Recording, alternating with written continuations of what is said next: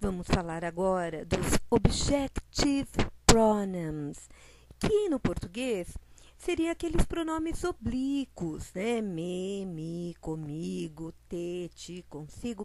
Veja bem, no inglês é muito mais simples.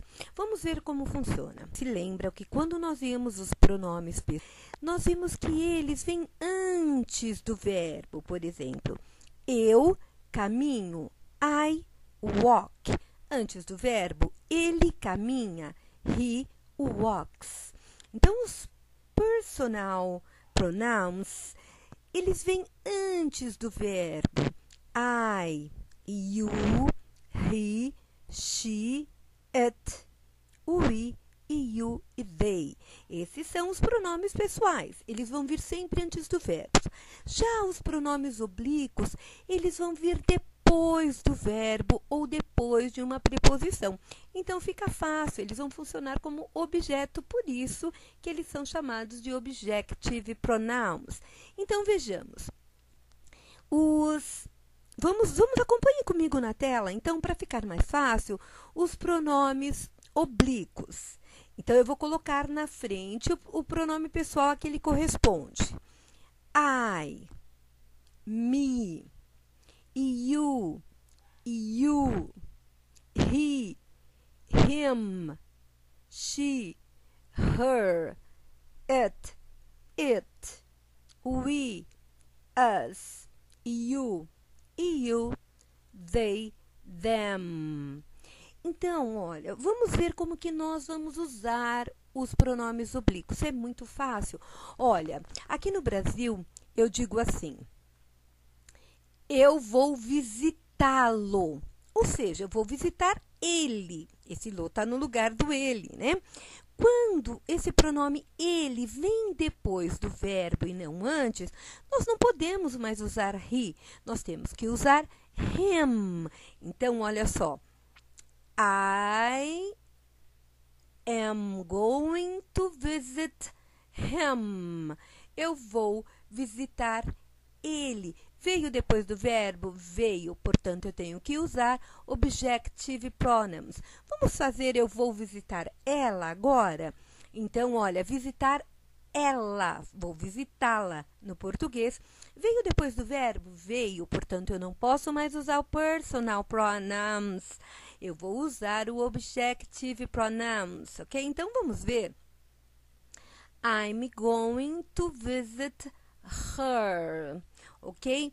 Então, vamos lembrar, é muito fácil. Toda vez que ele, ela, eu, você, nós, eles ou elas vier depois do verbo, nós temos que usar essa coluna. Vamos repetir novamente a coluna comigo? Olha, me, you, him, her, it, us, you, them.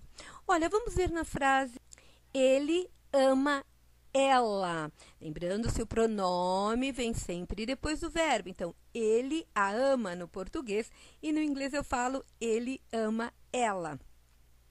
E se ela veio depois do verbo? Veio. Se ele veio depois, eu posso usar she? Não, eu só posso usar her. Portanto, he loves her. Ok? Vamos ver agora alguns exemplos com preposição.